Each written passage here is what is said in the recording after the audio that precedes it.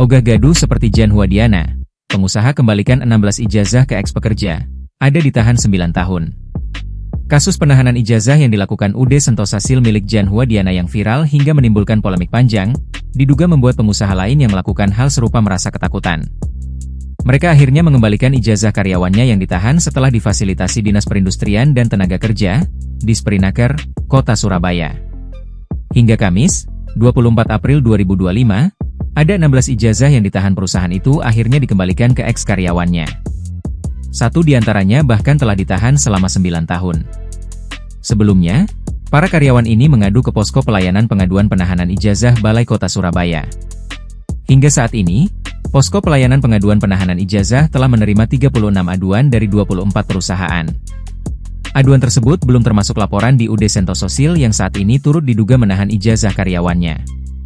Dari 36 aduan di Pemkot Surabaya, sebanyak 16 aduan selesai dan sisanya tengah berproses. Pengembalian 15 ijazah itu dilakukan melalui Dinas Perindustrian dan Tenaga Kerja, Disperinaker, Kota Surabaya, Kamis, 24 Februari 2025. Penyerahan ini dilakukan secara langsung oleh perusahaan kepada yang bersangkutan. Kami mengedepankan suasana tenang dan tidak heboh, kata Kepala Disperinaker Surabaya Ahmad Zaini ketika dikonfirmasi di sela acara penyerahan tersebut. Dari 16 ijazah yang ditahan itu, tak ada satupun dari UD Sentosa Sil milik Jan Huadiana. Dijelaskan Zaini, sebelum diserahkan, dilakukan proses verifikasi, diantaranya kontrak kerja, slip gaji, hingga bukti lain yang memastikan karyawan tersebut pernah bekerja di perusahaan tersebut.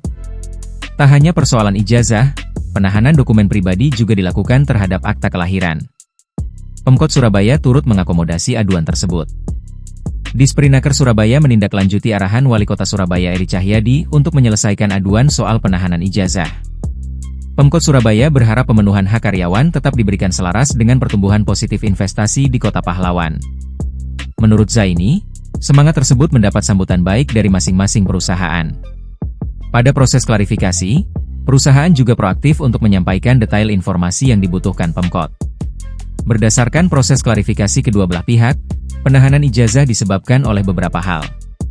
Di antaranya, persyaratan rekrutmen pekerja, penahanan sebagai jaminan akibat persoalan saat bekerja, hingga berbagai alasan lainnya.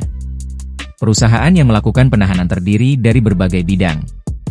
Di antaranya, ada yang bergerak di bidang manufaktur, retail, ekspedisi, hingga berbagai bidang lainnya. Menariknya, tidak semua perusahaan yang mempekerjakan warga Surabaya tersebut berada di Surabaya. Sekalipun demikian, pihaknya tetap melakukan fasilitasi. Download Tribun X sekarang, menghadirkan lokal menjadi Indonesia.